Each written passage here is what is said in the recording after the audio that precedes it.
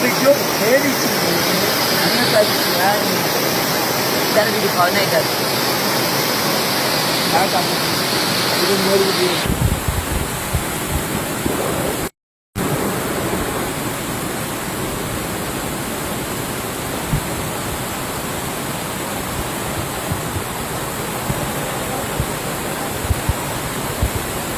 सारे दोस्त